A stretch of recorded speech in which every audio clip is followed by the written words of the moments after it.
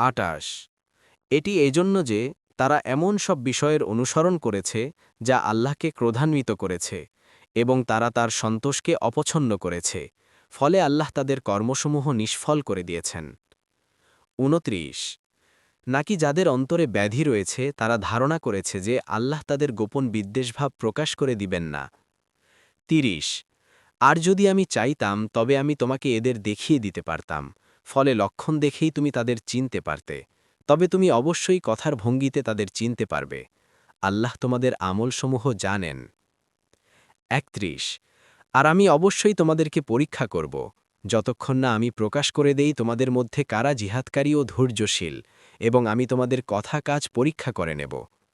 ৩২ নিশ্চয়ই যারা কুফুরি করেছে, আল্লাহর পথে বাধা দিয়েছে এবং তাদের নিকট হিদায়েতের পথ সুস্পষ্ট হওয়ার পরও রাসূলের বিরোধিতা করেছে, তারা আল্লাহর কোনোই ক্ষতি সাধন করতে পারবে না, আর শীঘ্রই তিনি তাদের আমলসমূহ নিষ্ফল করে দেবেন।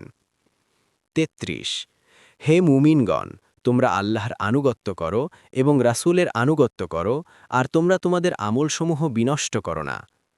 ৩৪ নিশ্চয়ই যারা কুফুরি করেছে এবং আল্লাহর পথে বাধা দিয়েছে, তারপর কাফির অবস্থায় মারা গেছে, আল্লাহ কখনোই তাদের ক্ষমা করবেন না।